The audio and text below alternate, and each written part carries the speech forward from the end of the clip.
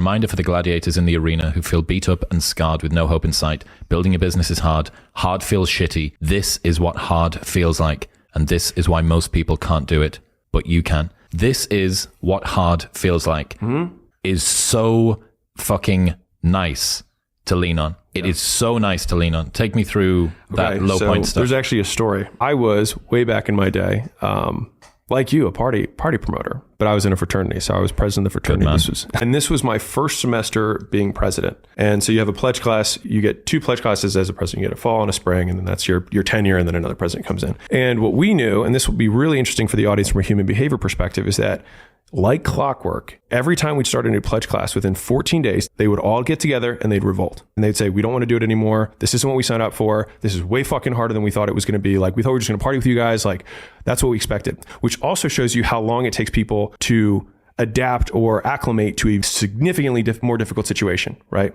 I'll tell you what happens after, and then I'll tell you what happened in between. After we have this kind of talk that we had, and I'll tell you how I explained it when I was president, all of a sudden it all vanishes because their expectations of reality have been completely reset. We break reality. Like in the first 10 to 14 days, it's so painful for them because it's such a contrast from what they were just doing. Not the fun stuff. What's not fun? Oh my God. I mean, they can't drink, can't talk to girls. The only people they could talk to are brothers or each other. And we're mean to them. So they could really only talk to each other. And the whole point here is that we're trying to get them close together because it's a bunch of dudes who don't know each other from different parts of the campus, right? And then we have to get them in 8 to 12 weeks to leave as one unit of people who know everything about one another, that trust one another, that know everything about the other people in the house. So it's like, how do you do that? Well, there's only X amount of communication you can have every day. So let's cut out anybody who's not us. Okay. And then if we really want them to be close together, we'll also reinforce that we're mean. But part of what they had to do is they had to learn everything about everyone else in the house. And so every pledge has to do something that would impress a brother. And then they get a signature from the brother being like, I approve of you. And you have to get every single brother's signature by the time you're done.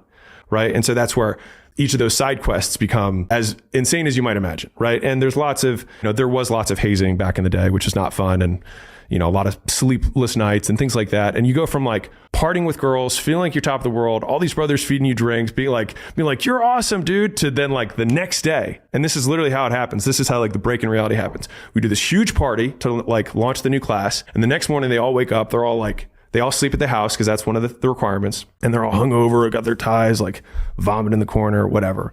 And we're like, great, clean it up. And they're like, what? Because up to this point, they haven't cleaned after a party because all they did is got to party, see the girls, and then leave. But then all of a sudden, they're like mopping vomit in the corner and they're hungover and they feel terrible. And they're like, what the fuck? This is what I signed up for, right?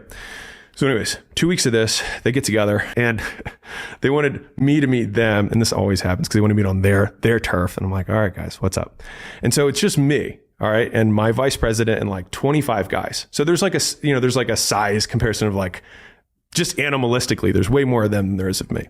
And so I just asked them a couple questions. I was like, who here before pledging started was like, I want to be a part of this house? The guys were like, me. Okay. I'm like, okay, got it. Who here thought it was going to be easy? I'm like, who here thought it would be hard? They raised their hands.